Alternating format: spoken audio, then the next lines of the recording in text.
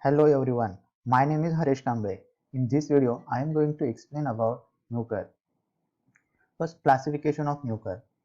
Division Eumycota fungi, class Zygomycetes, order Mucorales, family Muceraceae, and genus Mucor.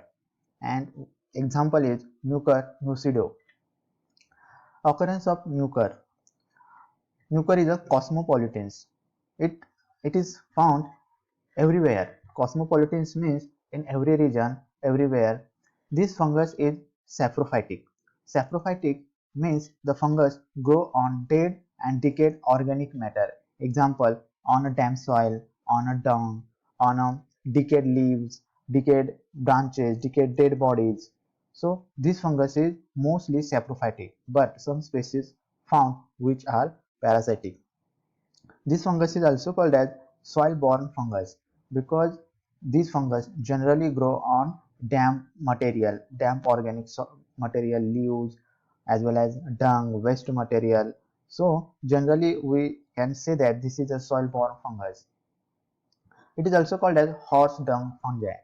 Horse dung means waste material, which is waste materials just like dungs. They generally grow on horse dung. So this is also called as horse dung fungi. We will see a structure of this fungi. The main body is called as thallus. Thallus is made from a mycelium. Mycelium is a thread-like structure. These myceliums are two types. One is parallel and another one is aerial. This parallel mycelium is made from hyphae. So these are the hyphae. Hyphae is a thread-like halo and halo tube-like structure. They are not separated or participated. So it is called as aseptate hyphae. So these are parallel hyphae which are loosely arranged on substratums, and these are the aerial hyphae. Aerial hyphae produce sporangiophores, and at the tip of sporangiophore there is a spore producing organ called as sporangium. So the sporangium produced from the nutritive hyphae.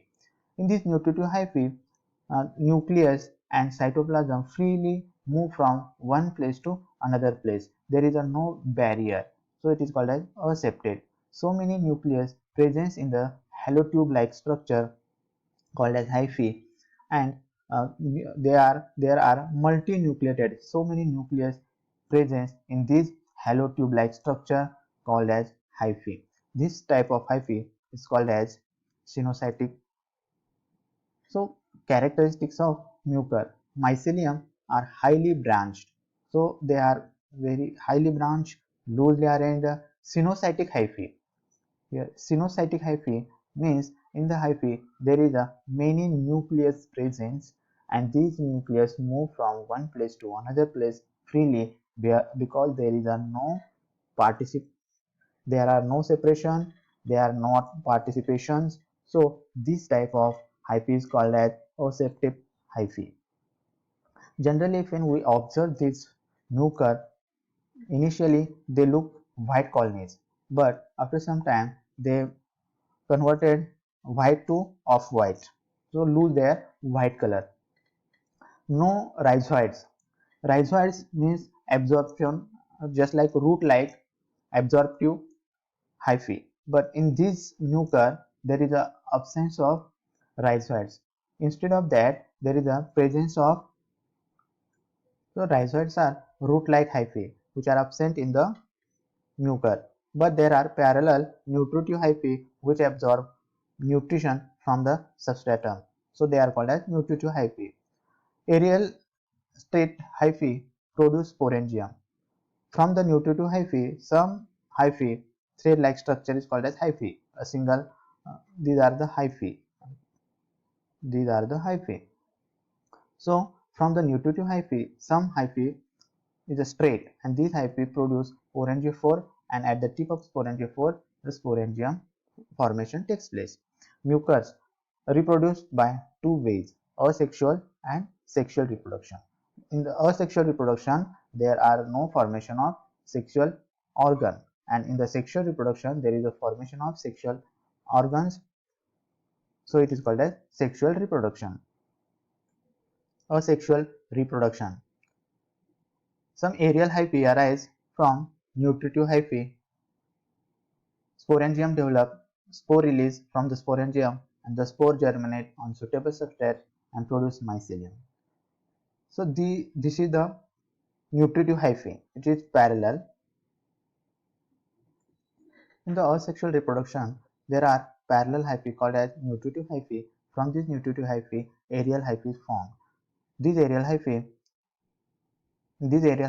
so many nucleus from the nutritive hyphae move and they accumulate at the swelled tips.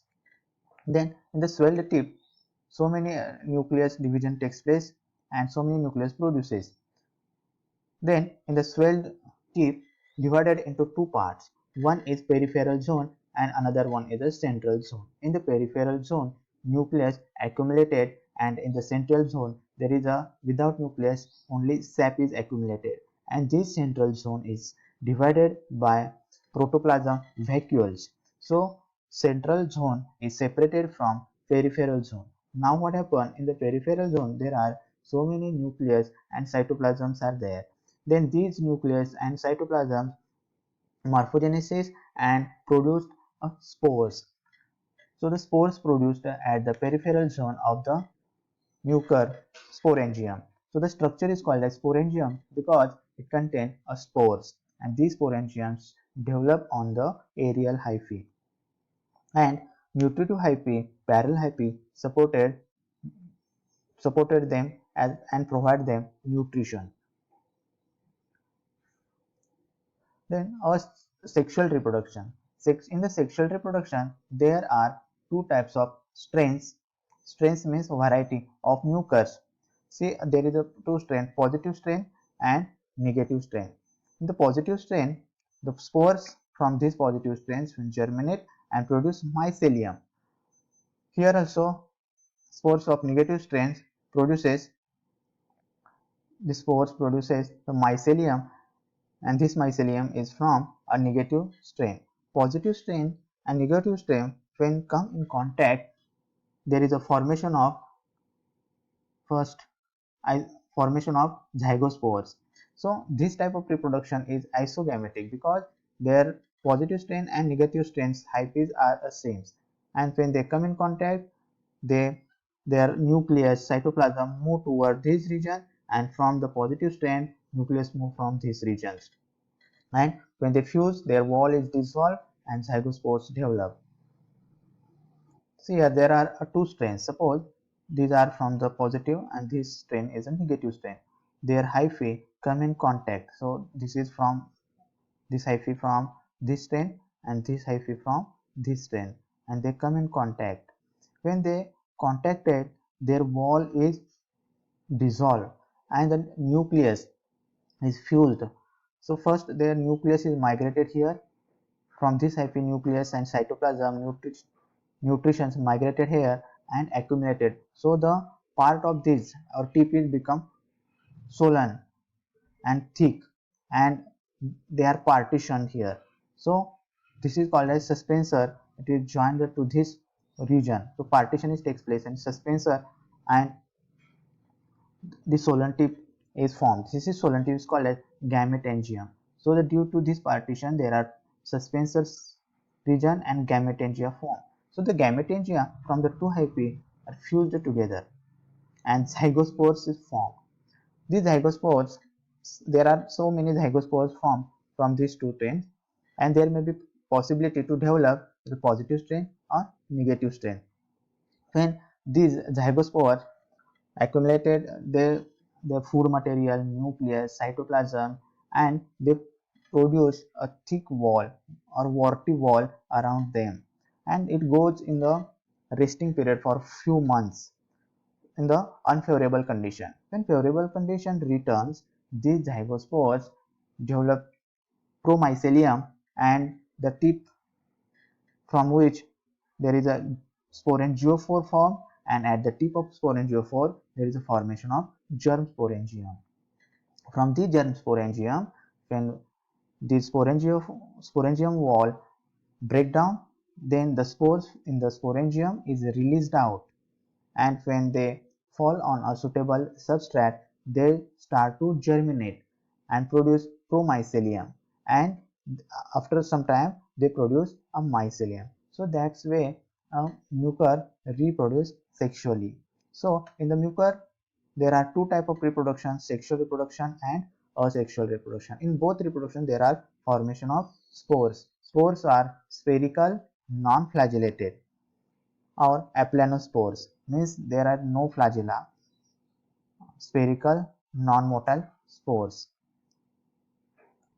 So this is the life cycle of mucor. Thank you.